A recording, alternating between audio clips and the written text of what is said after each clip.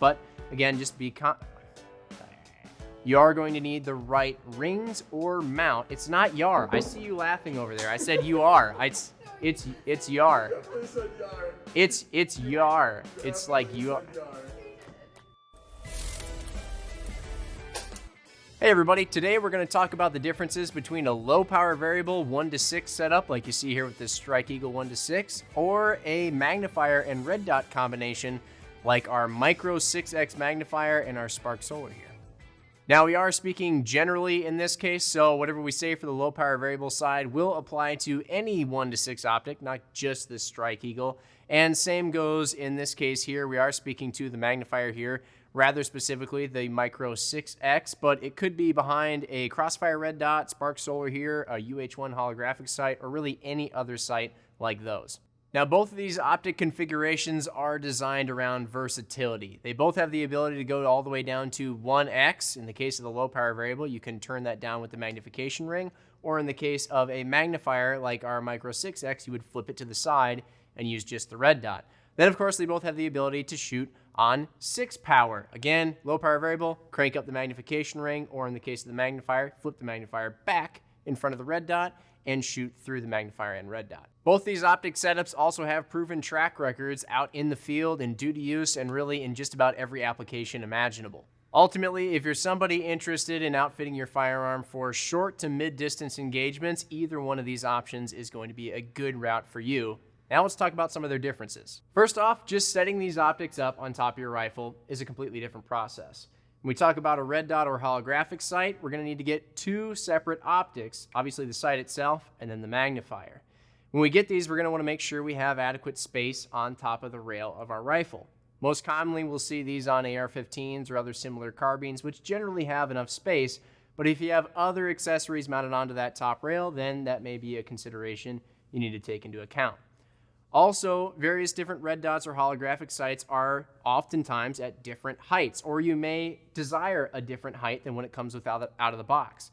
Just make sure in that case that you have the magnifier set at the exact same height as well. So there may be a little playing around you have to do in order to get everything set up properly, but in that case then you're ready to go shoot. Now when it comes to the low power variable, the 1:6 in this case, there is just one optic, but just because you get the optic doesn't mean you're done yet and ready to go.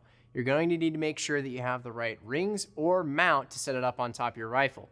Now, much like the magnifier and red dot combo, these are most commonly seen atop AR-15s or other similar carbines, but because they're made up very similarly to other types of rifle scopes, maybe with a little bit bigger objective perhaps, but that means they can go on just about any kind of rifle, even traditional style rifles as well.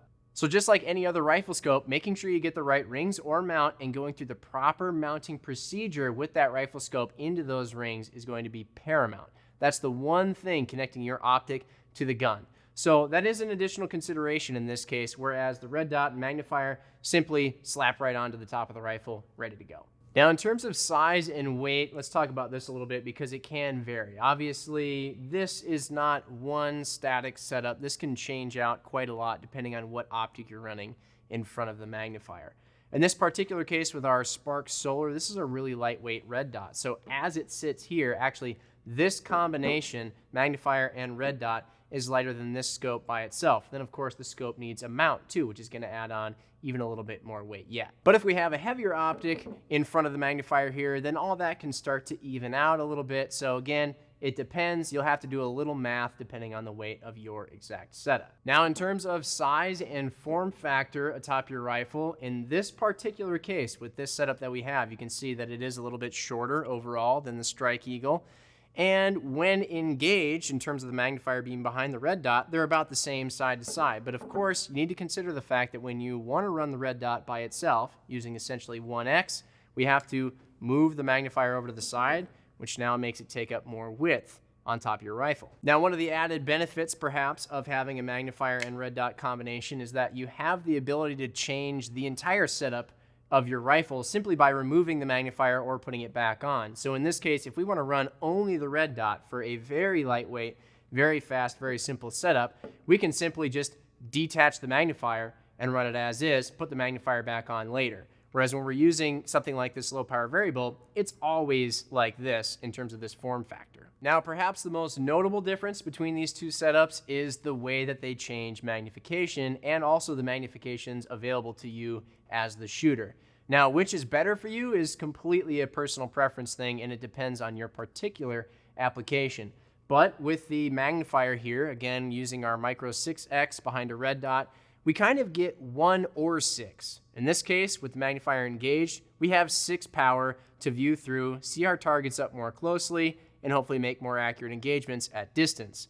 When we flip it to the side, now we have 1 power. There's nothing in between, unlike our low power variable, where we can select 1, 2, 3, 3.5, all the way up to 6. Now, when we're shooting, obviously the reticle that we're using to aim is very important, and that's something that can be quite a bit different between these two setups. When we look at this particular red dot and magnifier combination, our SPARC Solar just has a 2 MOA dot for aiming. That's great for up close and fast, and it can be just fine at mid-range as well, but that's pretty much all we're left with regardless. If we change out the optic in front, some optics that work with magnifiers can have a bit more in-depth reticles, but generally speaking across the board, when you go to a low power variable like this 1 to 6 here, we're going to get more in-depth reticles that give us more information that we can use to shoot at greater distance. If you're considering either one of these types of optic setups, then chances are one of the things you're particularly concerned about is how they perform on 1 power. Now, we're looking at a low power variable like this 1 to 6, really any optic that starts on 1 power, for all intents and purposes, you are getting 1 power on the lowest setting for those engagements that are up close and fast. But by nature of having to deliver you that image through a full optical system, there will be just a bit of distortion.